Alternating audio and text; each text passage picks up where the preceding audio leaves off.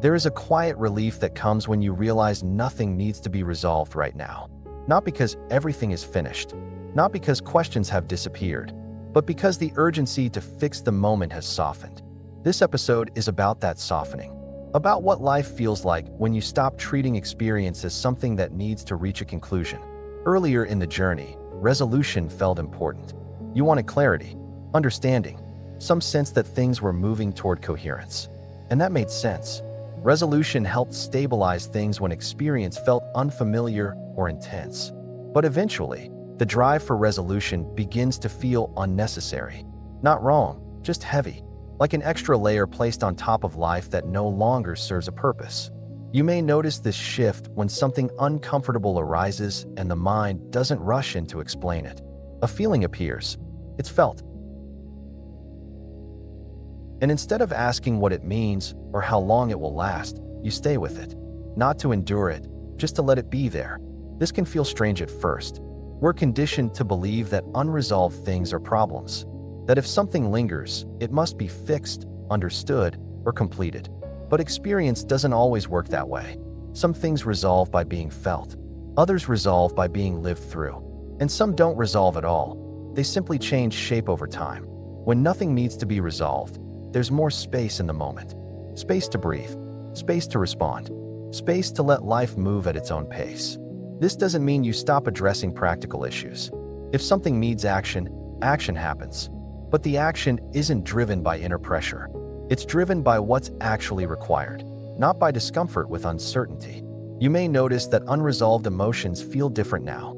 Earlier, emotion often carried a sense of demand. It wanted attention. It wanted explanation. It wanted relief. Now, emotion can simply be present, felt in the body, not argued with, not turned into a story. This doesn't make emotion disappear faster. In fact, it often allows emotion to move more naturally. Without resistance, there's less friction. Without friction, movement happens on its own. Nothing needing resolution also changes how you relate to thought. Thoughts still arise. Questions still form. But they don't insist on answers. They appear, and if no response is needed, they pass. Earlier, unanswered questions felt unfinished. Now, they feel optional. You don't need to close every loop to continue living. This stage often brings a surprising sense of ease. Not because life is easier, but because you're no longer trying to complete it. Life doesn't need completion. It keeps unfolding. You may notice that you're less interested in conclusions, less interested in final insights, less interested in tying things together neatly. This isn't apathy. It's realism. Life rarely ties itself into clean endings. When nothing needs to be resolved, you stop measuring moments. You're not asking whether today was productive enough, meaningful enough, or aligned enough. You lived it. That's sufficient. This can feel disorienting at first, especially if you were used to tracking progress. Without resolution as a marker, how do you know where you are? The answer is simple. You're here. And that's all that's required. Nothing needing resolution also changes how you relate to the past. The past no longer needs reinterpretation. You don't need to reframe it or extract lessons from it. It happened. It shaped you. And it doesn't need to be corrected. The same is true for the future. The future doesn't need to be secured. Plans can exist without carrying the weight of reassurance. You plan because it's practical, not because you need certainty. This stage is often where people notice a softening of inner tension. Not all at once, but gradually. The body doesn't brace as often. The mind doesn't race ahead as much. There's less internal negotiation. Nothing needing resolution also affects how you handle conflict. Conflict still arises. Differences still exist. But you don't rush to fix the feeling of conflict. You address what needs addressing and let the rest unfold. You may notice that some conflicts resolve themselves when you stop trying to resolve them.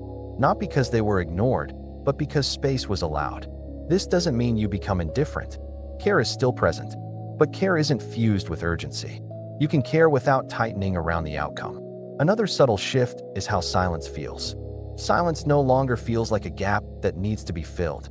It feels like room, not empty, available. This is often where people realize they don't need to process everything anymore. Some things are felt and move on. Some things return. Some things fade quietly. You don't interfere. Nothing needing resolution also means letting experiences overlap. You don't need one thing to finish before another begins. Life isn't linear like that. Feelings can coexist. Uncertainty can exist alongside clarity. You don't need to choose between them. This stage doesn't make you passive. You still respond to what matters.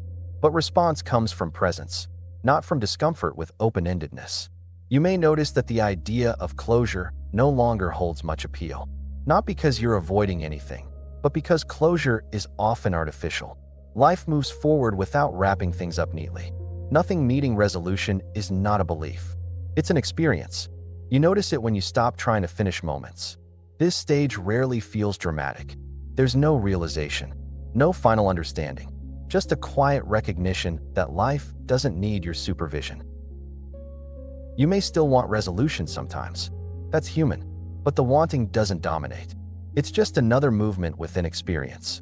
Nothing needing resolution also changes how you relate to yourself. You don't need to figure yourself out. You don't need to define who you are now. You're allowed to be in flux without explanation. This can feel freeing. It can also feel unsettling. Identity likes definition, but life doesn't require one. When nothing needs to be resolved, you stop treating life like a puzzle. You participate instead. Participation doesn't mean everything feels good. It means everything is allowed. Joy, discomfort, clarity, confusion, they all belong. None of them require correction. This stage brings a kind of quiet trust. Not trust that things will turn out a certain way, but trust that whatever arises can be met. And that's enough. You don't need to remember this. You don't need to apply it. If it resonates, you'll notice it in your own moments. If it doesn't, nothing is missing. Life doesn't need to resolve in order to continue, and neither do you. If any of this feels familiar, you don't need to hold on to it. But if you'd like to stay connected, you're welcome to. Liking the video helps it reach others who may be quietly learning that not everything needs an answer. And if these reflections support you as life continues without needing closure, you can subscribe, not to follow a path, but to keep the door open. And if someone you care about has been trying to resolve everything and feels tired from the effort, you're welcome to share this with them. Only if it feels natural. Sometimes the most honest response is allowing life to remain unfinished.